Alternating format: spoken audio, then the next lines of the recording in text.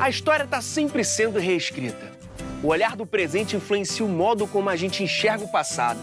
Por isso que a história tem que ser rica em pesquisa e pontos de vista. Então insista, invista, estude. Fica com a gente. Roda a vinheta.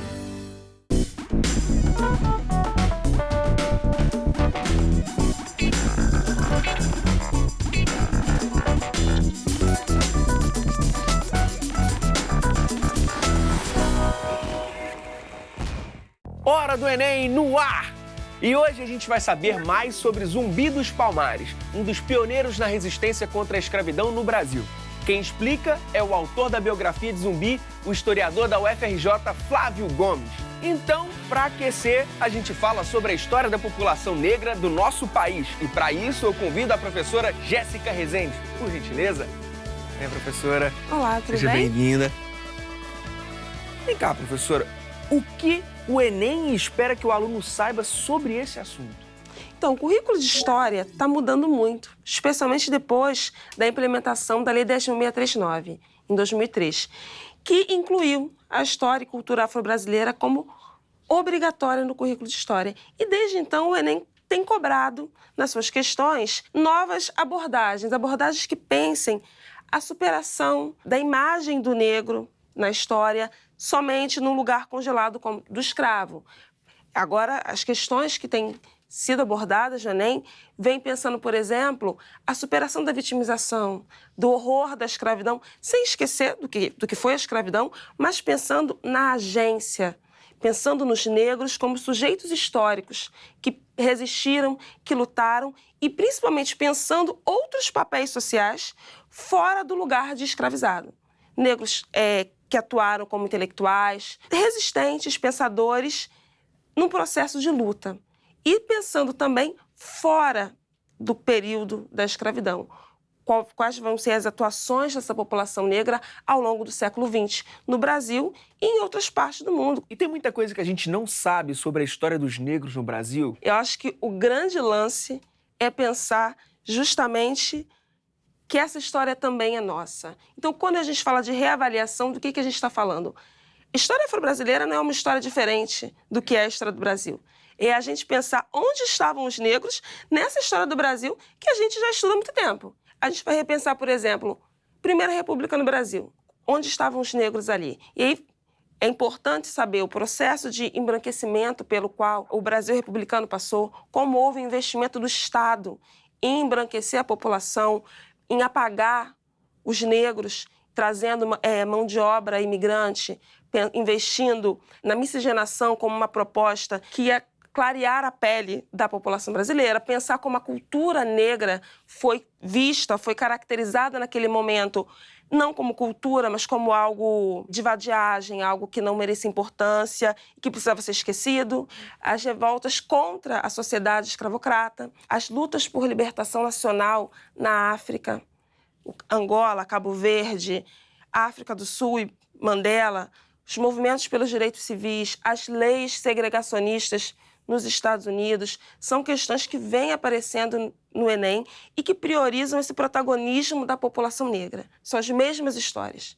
Você vai falar de nazismo, você vai estudar nazismo? Você vai estudar nazismo e vai perceber, por exemplo, o Jesse Owens como um atleta negro que vai se destacar nas Olimpíadas que acontecem na Alemanha nazista. São os mesmos conteúdos, pensando agora na inserção da população negra nesses processos históricos. Agora, pensando em Enem, professora, que movimentos de resistência a gente precisa conhecer, a gente precisa saber? Os movimentos do século XX. Frente Negra Brasileira, Legião Negra, Teatro Experimental do Negro, aqui no Brasil, Movimento pelos Direitos Civis, Martin Luther King, Malcolm X, como nós vamos falar daqui a pouco, Luiz Gama, Machado de Assis, outros intelectuais negros que tiveram uma atuação de destaque, ler um pouco sobre para estar preparado para o Enem. Então, bora ver uma questão sobre resistência? Vamos lá. Bora lá.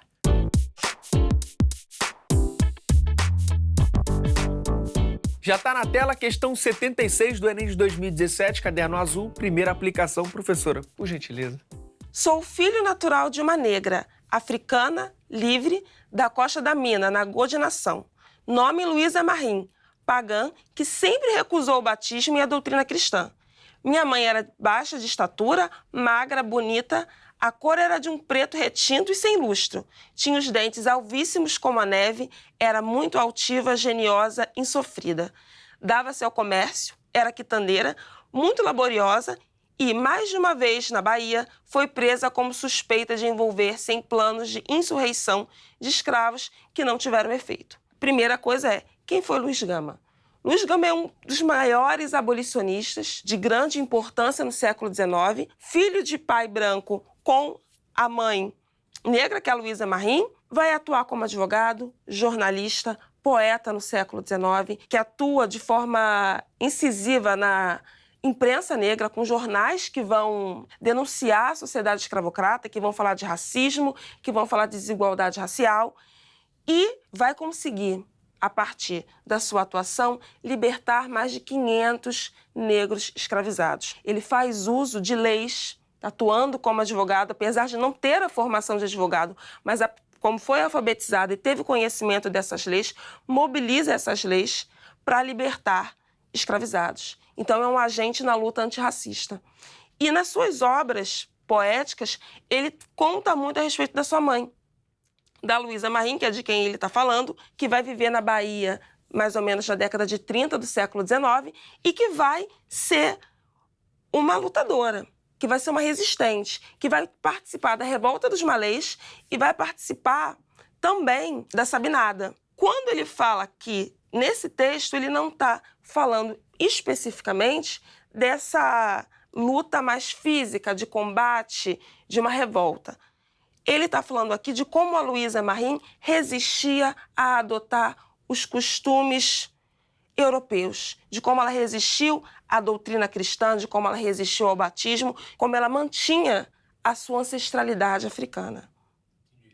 E aí ele pergunta, nesse trecho de suas memórias, Luiz Gama ressalta a importância dos, pensando nessa questão de ancestralidade e pensando que, quando tudo aquilo, toda a sociedade te impõe um determinado modelo e você o rejeita e se mantém fiel às suas tradições, isso também é luta. Luta não é só empunhar uma arma.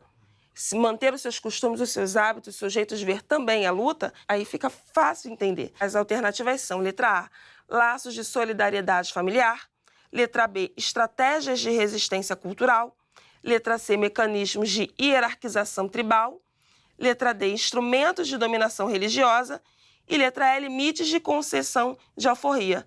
Pensando na cultura como espaço de luta, a resposta é a letra B, estratégias de resistência cultural. E tem aí algum distrator, alguma opção que o candidato poderia escorregar, professora? Talvez uma desatenção poderia levar para instrumentos de dominação religiosa, já que ele fala a respeito do cristianismo. Mas eu acredito que essa negação dela, que ele deixa bem evidente, sempre recusou o batismo da doutrina cristã, dá para matar que a resposta é estratégias de resistência cultural. Reforçando, gabarito letra B, estratégias de resistência cultural. Chega aqui na frente, professora.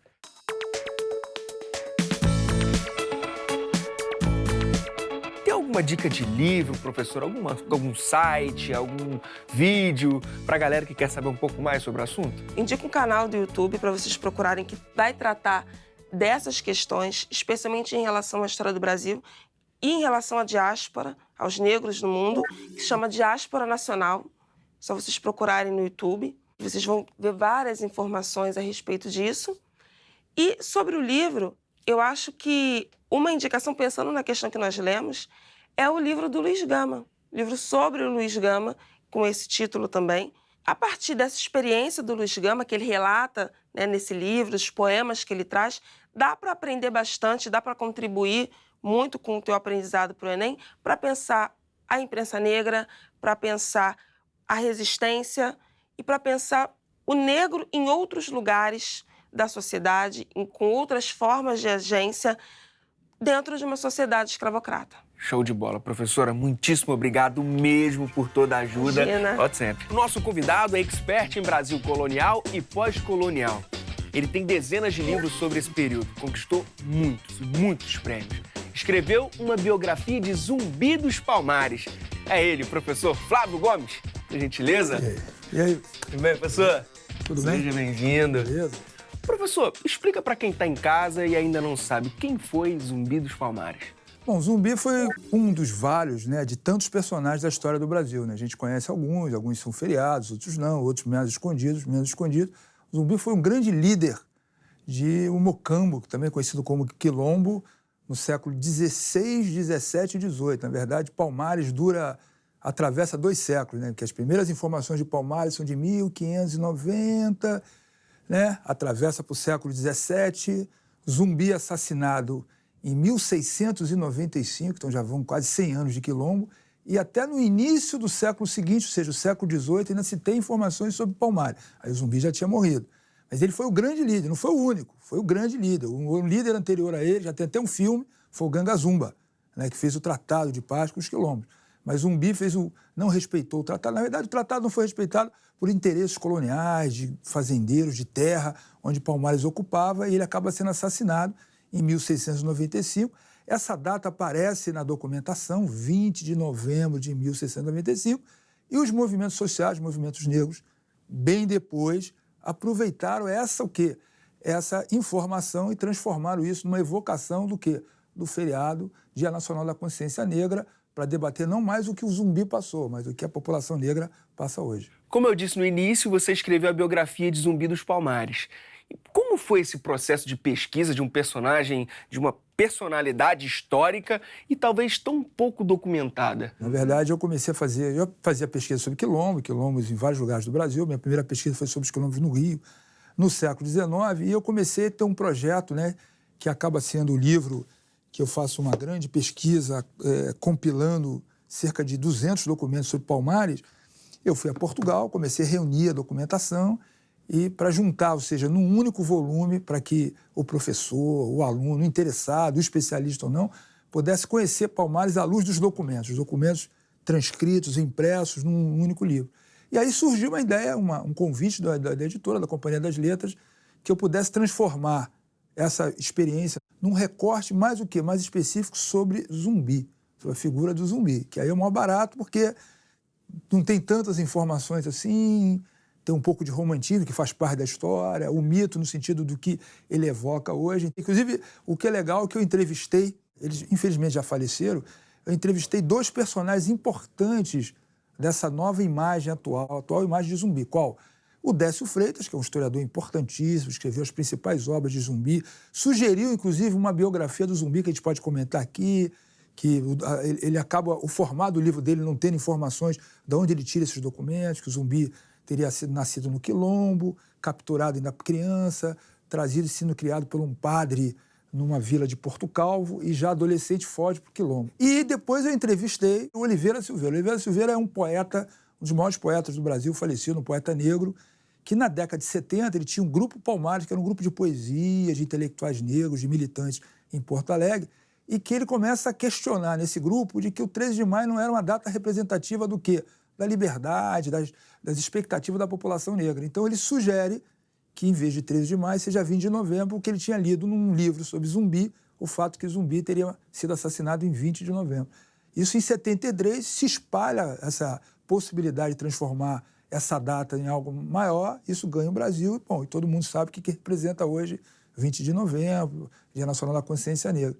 Isso tudo eu tentei reunir num livro, lendo novelas, aí você vê o filme do Cacá Diegues, 2 filmes que o Cacá Diegues fez, o Ganga Zumba, na década de 60, depois fez Zumbi, ou Palmares, na década de 80, que é um filme romantismo, bota vários personagens, o Antônio Pompeu, que faleceu. Então, e um pouco também de quais são essas expectativas hoje. Então, tem um pouco a história sendo reinventada, não só pelo que acontece, que os documentos sugerem, mas também quais são as expectativas. Então, eu até termino esse livro dizendo que tem vários zumbis, e qualquer tentativa de apreender esse zumbi numa biografia, num único relato, não dá conta. A gente pode até brincar que no período em que existiu o Palmares, talvez não tenha existido um zumbi, mas vários zumbis, vários líderes do quilombo. É isso. Que comandaram, que guerrearam, que produziram estratégias militares. Então, isso, de alguma maneira, me mobilizou a fazer um livro que essa biografia, mas um livro voltado para um público acadêmico mais amplo, um livro com a linguagem mais direta, que é o livro, né, De Olho no Zumbi, né, que é esse livro que tem essa expectativa. Bom, Palmares foi um dos quilombos que se formaram, mas tiveram vários outros. O que a história sabe de mais recente sobre essas comunidades? Palmares foi um dos quilombos, mas, no caso, ele não é só o maior quilombo no Brasil, ele é o maior quilombo das Américas. Caramba! Porque, na verdade, quilombo foi uma experiência hemisférica da escravidão nas Américas. Qual é a experiência que está por trás dos quilombos? Que é uma palavra usada no Brasil, de origem africana. Comunidade de escravos fugidos. Onde houve escravidão? Nas Américas, houve escravos que fugiram. Só que em cada lugar das Américas recebeu as comunidades nomes diferentes. Na Colômbia, recebeu o nome de Palenques. Na Venezuela, o nome de Cumbes. Em Cuba, Cimarrones. E no Brasil, Mocambo e Quilombo. Muita gente me pergunta, qual é a diferença entre Mocambo e Quilombo? É a mesma coisa. No período mais antigo, se falava tão somente só Mocambo. Os documentos de Palmares tratam Palmares, no início, quase só como Mocambo. A partir do finalzinho do século XVII, começa a vir a palavra Mocambo e Quilombo. Então, o quilombo de Palmares é conhecido como o maior quilombo ou comunidade escravista nas Américas. No Brasil, sem dúvida. E existiram quilombo no século XVI, XVII, XVIII, XIX, até o final da escravidão. E a passagem dessas comunidades para os dias atuais. O que eram comunidades de fugitivos? Quando elas permaneciam no tempo, conseguiam se reproduzir. Comunidades no mundo rural, então a gente pode falar a existência de um campesinato negro. E na passagem do quê? Da liberdade, ou seja, 1888, elas continuam no mundo rural, misturadas, porque os quilombos também nunca estiveram isoladas, com várias experiências do mundo rural. E hoje a gente está aqui no Brasil, que se fala hoje em 5 mil, de 5 a 6 mil comunidades remanescentes de quilombo no Brasil, com algumas características. Comunidades camponesas, de 80 a 200 famílias, né, populações, comunidades com 100, 150 habitantes ou com 2.000, 3.000 habitantes, comunidades mais próximas às áreas urbanas, outras no interior das áreas urbanas, como temos o caso do Rio de Janeiro. Então, tem uma experiência vasta que cobre todo o Brasil. Quilombos hoje, que são o quê? Os descendentes dessa população de escravizados. Elas se reproduziram no tempo e hoje é uma experiência que a Constituição de 1988 consagrou o quê? O direito de titulação de terra e de reconhecimento. Quer dizer, foi também uma luta social que reconhece o quê? Um processo histórico muito mais antigo. Vem cá, além dos quilombos, que outras estratégias de resistência os negros escravizados utilizavam? A palavra resistência, de alguma maneira, limita uma possibilidade de entender o que eu chamaria de sociabilidade no mundo dos escravizados, que é até uma coisa interessante. Em termos de historiografia, a gente agora está mais atento e não usa a expressão escravo, usa a expressão escravizado, porque, na verdade, os africanos não eram escravos, eles foram escravizados. E mesmo os filhos de africanos que nasceram aqui, que eram chamados de crioulo, então é uma expressão que amplia mais o significado dessa realidade. Então, a palavra resistência, a gente pode usar protesto. Então, as mais conhecidas eram os próprios quilombos, as revoltas escravas. O Brasil teve a maior revolta escrava urbana das Américas, a revolta dos Malês, em 1835, em Salvador, comandada por africanos islamizados, foi a maior revolta escrava nas Américas. Por quê? Porque também Salvador era o maior centro urbano, juntamente com o Rio das Américas. Então, tem vários, né? A fuga era uma unidade básica de luta e tal. Mas hoje os historiadores estão descobrindo outros pequenos detalhes do que a gente poderia chamar dessa resistência, que tem impacto hoje. Por exemplo, a capacidade de organizar a família, de organizar o parentesco, de organizar uma cultura material. Pode chamar isso de resistência? Pode, mas isso é muito maior do que resistência, né? Como identificar quando o cara está resistindo ou não? Ligou o botão, está resistindo. Desligou, parou de resistir. Então, a vivência, né, dessas populações e as suas gerações, essas são experiências de história, de fazer. Todas as formas são de resistência, porque eu existi. Até porque havia o quê? A opressão, o castigo, e do ponto de vista até da legislação reconhecendo isso, né? Então, os historiadores estão menos preocupados em estabelecer hierarquias no que a gente chama de resistência, mas ver um conjunto de atitudes, comportamentos, cosmovisão, sensibilidade dessas populações africanas e os seus descendentes nesse processo de escravidão e depois. Porque a gente até fala que essa história não termina com a liberdade em 1888. Você tem o que a gente chama de um período de pós-abolição, onde não tinha mais o que a distinção senhor-escravo, mas tinha as distinções sociais, suas hierarquias. E vem cá, e as mulheres? Que papel tinham nesse processo, nesses processos? Nos quilombos é até interessante, porque elas aparecem menos, não porque elas fossem menos importantes. As fontes que a gente tem para analisar os quilombos são fontes produzidas de quem queria acabar com os quilombos. São relatos de tentativa de massacrar, de invadir, enfim, de perseguir aqueles quilombolas. Então, há indicações que talvez as autoridades, os perseguidores, não conseguissem chegar até o interior dos quilombos. Eles conseguiam chegar apenas a algumas sombras, porque os quilombos também se refugiavam, né? Se antecipavam a determinadas tentativas de invasões.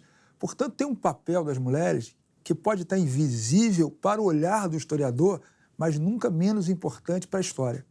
Tem até indicações interessantes de quilombos no Suriname, nas fronteiras, onde é hoje o Brasil, né? Que os quilombos passaram também de fronteiras, Guiana Francesa e tal, que é um pequeno indício de como o papel das mulheres podia ser, entre outras coisas importantes, que é o fato de que uma das funções das mulheres era esconder grãos nos seus cabelos e fugir, porque uma das formas de reprimir os quilombos era acabar com a sua economia. Os quilombos não estavam isolados, produziam uma economia que, de alguma maneira, se conectava com aquela sociedade envolvente, farinha, pequenos alimentos que trocavam, permutavam.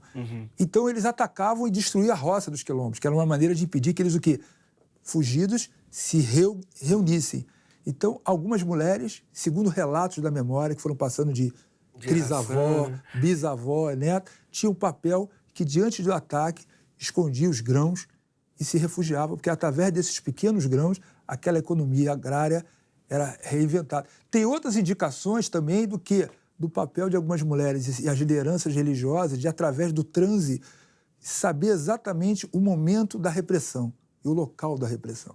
São pequenas informações simbólicas que escondem o que é óbvio, um papel fundamental das mulheres, não só nos quilombos, na sociedade escravista, no pós-abolição e até hoje. Super importante, né?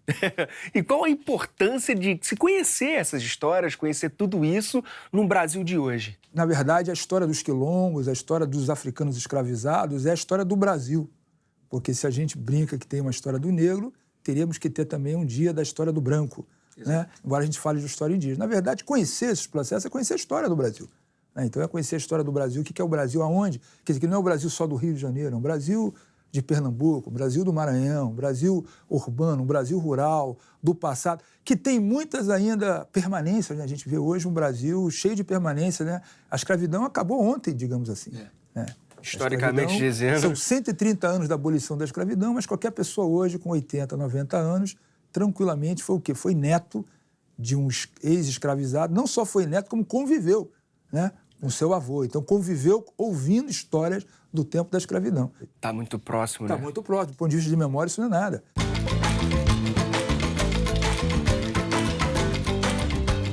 E para quem está se preparando para o Enem e quer saber um pouco mais sobre esse assunto, qual seria a sua dica? Sobre quilombo, eu sugiro, embora tenha que estar atento de que os filmes foram feitos em dois momentos diferentes, com expectativas diferentes, é assistir os filmes do Cacá Diegues, tanto o Gangazuma, que é da década de 60, como o Palmares. Tem filmes, por exemplo, sobre escravidão na América, como Amstar, que é no navio negreiro. Pensar em personagens também, que é uma outra sacação mais recente dos historiadores, ajuda o estudante a, com imaginação, pensar na área de redação, na área de literatura, porque esses temas aparecem. Então não fica restrito ao conhecimento de história, que muitas vezes a história aparece só associada à data, que você tem que ter... Saber direitinho. Qual é aquela data, é o século tal. Eu conheço tudo de quilombo, só tive uma dúvida, é no século... Palmares é no século XVII ou XVIII, não é do XVI, XVII, no XVIII. Enfim, então a história tem essa coisa mais viva que conecta o cara, né, o estudante, a estar atento a várias possibilidades. E de pensar a história também como algo, tempo de processo, que a gente está sempre inventando o passado. Porque a gente procura no passado e faz perguntas do passado. Então, essas perguntas do passado é que faz com que a história toda hora se renove. Não é um documento novo, é a pergunta fixo, nova. Né? Inclusive, a pergunta pode ser o silêncio. Onde é que o documento tem um silêncio? Você falou do tema das mulheres. O silêncio das mulheres nas fontes não quer dizer que elas não têm importância. Pode ser até que o silêncio seja tão grande que sugire o quanto elas eram importantes. Exato. A ponto dos quilombolas protegerem elas o suficientemente para que as tropas não alcançassem os acampamentos, a família e a mulher. Por ela ser importante. Conhecimento é libertador?